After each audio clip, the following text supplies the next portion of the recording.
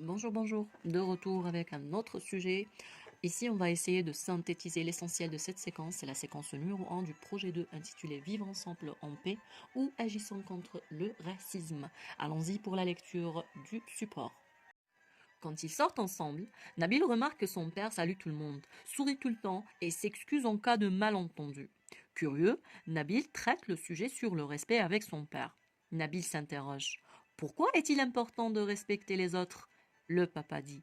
Le respect est fondamental pour construire des relations saines et équilibrées avec les autres. Cela signifie écouter les opinions et les besoins des autres, les traiter avec dignité et considération, et s'abstenir de tout comportement qui pourrait les blesser ou les discriminer. Le respect est également essentiel pour maintenir la paix et la coexistence pacifique dans notre société. Nabil demande: mais comment pouvons-nous montrer le respect aux autres? Le papa réplique: tout d'abord, il faut écouter les autres attentivement et leur donner la parole. Ensuite, nous devons respecter les différences culturelles, les croyances et les opinions des autres.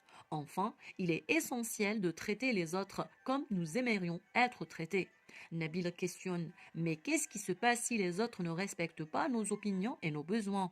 Le papa ajoute: il est important de rappeler que le respect est réciproque. Cela signifie que nous avons le droit de demander le respect de nos opinions et de nos besoins, tout en respectant les opinions et les besoins des autres. Si les autres ne nous respectent pas, il faut le faire savoir de manière calme et respectueuse.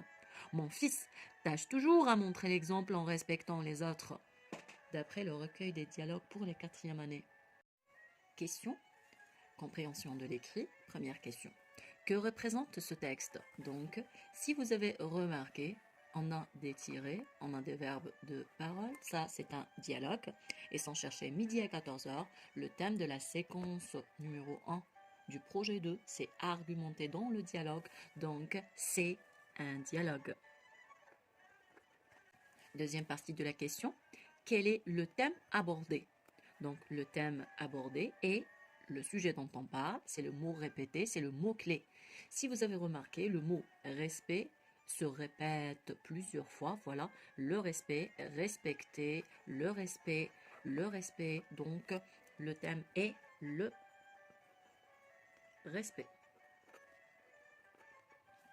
Deuxième question: ce texte est à dominante, veut dire quelle est la visée de ce texte? Et la réponse, bien sûr, la visée est argumentative. On souligne la bonne réponse. Donc voilà. Troisième question: pourquoi est-il important de respecter les autres? Ici, on n'a rien à faire. C'est pas aussi difficile, on va juste chercher cette question dans le texte. Pourquoi est-il important? Voilà. Pourquoi est-il important de respecter les autres? La réponse: le respect est fondamental pour construire des relations saines et équilibrées avec les autres. Cela signifie, c'est une reformulation, donc je vais sauter cette phrase et je passe: le respect est également essentiel pour maintenir la paix et la coexistence pacifique dans notre société. Donc je vais écrire ces deux phrases et on continue.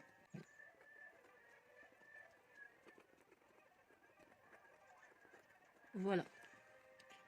Quatrième question: réponds par vrai ou faux. Le thème traite un fléau social qu'on doit combattre. On parle du respect, je crois pas que c'est un fléau quand même, hein. Donc c'est faux.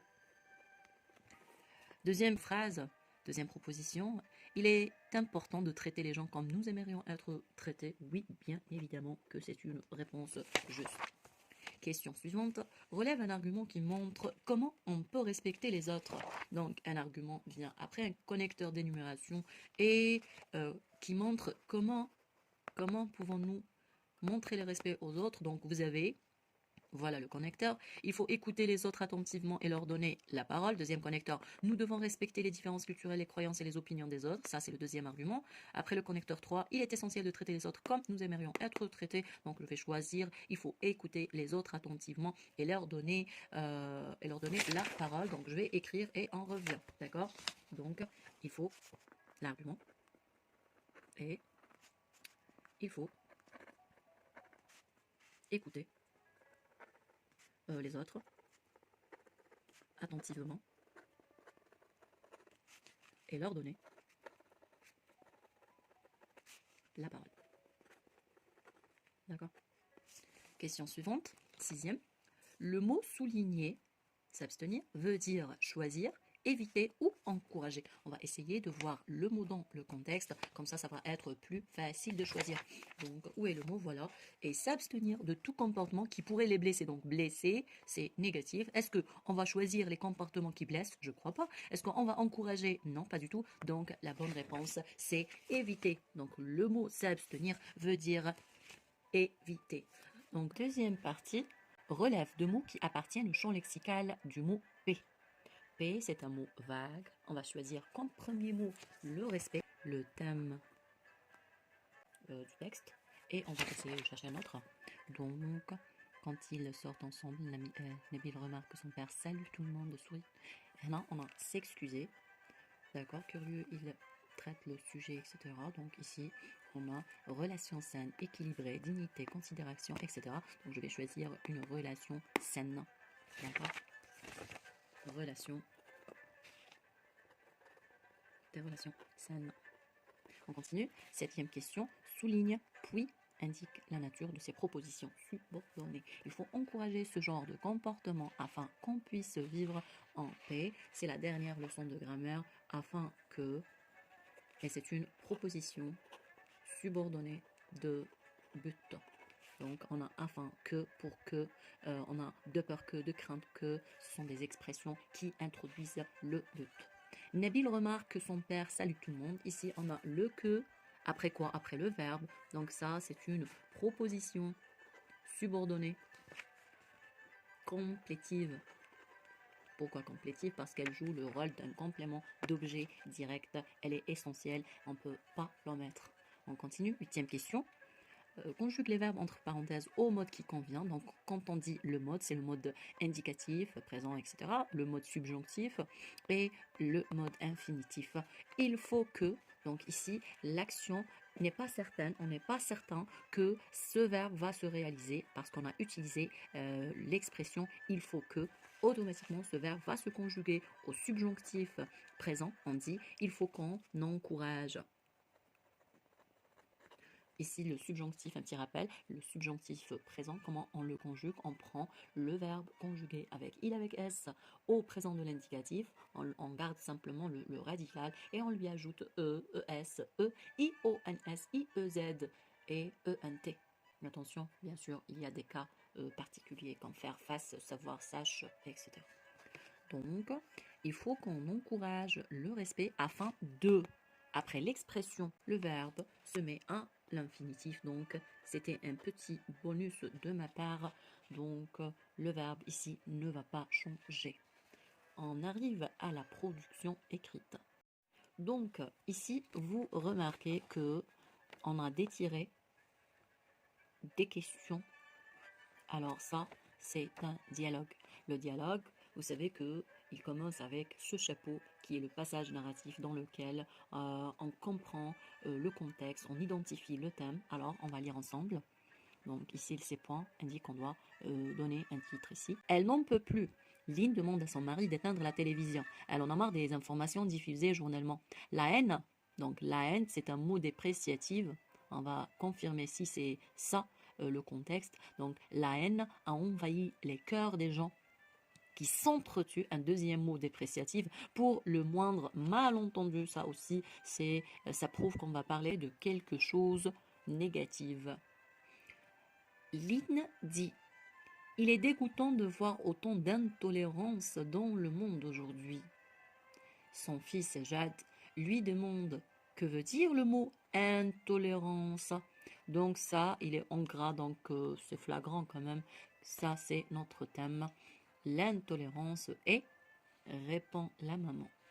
Et comment peut-on la combattre? Interroge Jade. Tout d'abord, ajoute la maman. Le père conclut, il faut lutter contre ce genre de comportement afin de vivre en paix, car l'équilibre de n'importe quelle société se base sur l'empathie, le respect et l'acceptation de l'autre. Voilà, on doit compléter le dialogue suivant en respectant les critères suivants. Propose un titre, c'est flagrant.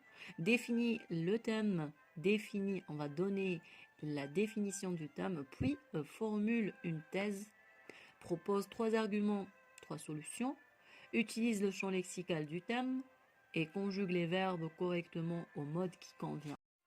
Donc on commence avec la première question. Que veut dire le mot intolérance? La tolérance, c'est quelque chose de positif. Intolérance, c'est le contraire.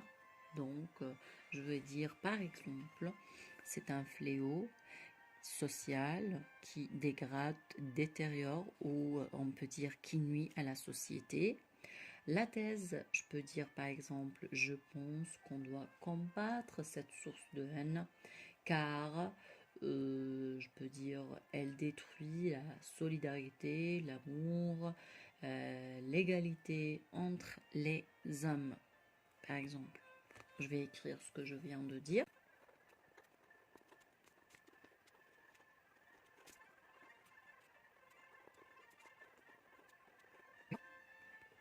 Deuxième partie. Et comment peut-on la combattre? Interroge Jade. Donc, on a plusieurs solutions, il y en a assez. Donc, la plus importante, puisqu'on va commencer avec le plus important, la plus importante est de sensibiliser les autres sur l'importance d'accepter les autres tels qu'ils sont. Ensuite, je vais choisir comme un deuxième argument, c'est essayer de lutter et d'attaquer les vraies causes de ce fléau, telle l'ignorance par exemple. Et ensuite, on peut ajouter, essayer de respecter les différences des autres, la différence culturelle, les croyances et même la manière de penser.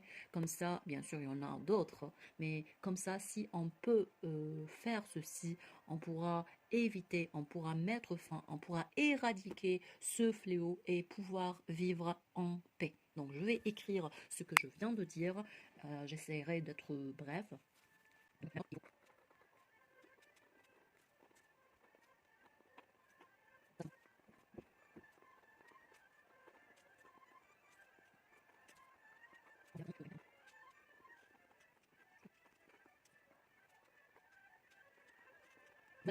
Allons pour une deuxième lecture. Donc, on commence ici. Son fils Jade lui demande que veut dire le mot intolérance. L'intolérance est un fléau social qui nuit à la société. Je pense qu'on doit combattre cette source de haine qui détruit l'amour et la solidarité entre les hommes. Et comment peut-on la combattre? Interroge Jade. Tout d'abord, il faut sensibiliser les gens à l'importance de l'acceptation et de l'inclusion. Aussi, on doit s'attaquer aux vraies causes de ce fléau, telle l'ignorance. De plus, il est important d'apprendre à connaître l'autre et respecter ses différences culturelles, ses croyances et sa manière de penser. Bien sûr, il y en a d'autres. Alors, on vérifie les critères de réussite. Est-ce qu'on a respecté ce qu'on nous a demandé de faire? Propose un titre. Voilà, j'ai oublié. Et le titre sera l'intolérance. D'accord? Donc, deuxième critère, définit le thème, puis formule la thèse. Voilà, c'est la définition. Et je pense que ça, c'est le début de notre thèse. Troisième critère, c'est propose 3 arguments. C'est pour cela que je me suis arrêtée. Donc, 1. Aussi, de plus, mon choix des connecteurs est exprès parce qu'il y en a beaucoup. Il y a d'autres solutions très importantes. Donc, j'ai choisi que 3. D'accord? Et utilise le champ lexical. Utilise le champ lexical du thème, bien évidemment, puisqu'on parle de quelque chose de négatif. On a dit un fléau social, le nuit, on doit le combattre, il détruit la haine, il faut sensibiliser, etc. D'accord? Conjugue les verbes correctement, donc on a bien conjugué les verbes. On arrive à la fin. Voilà, on arrive à la fin de notre vidéo. J'espère que vous avez appris quelque chose. Si vous êtes toujours là, je vous remercie profondément. À la prochaine, Inch'Allah.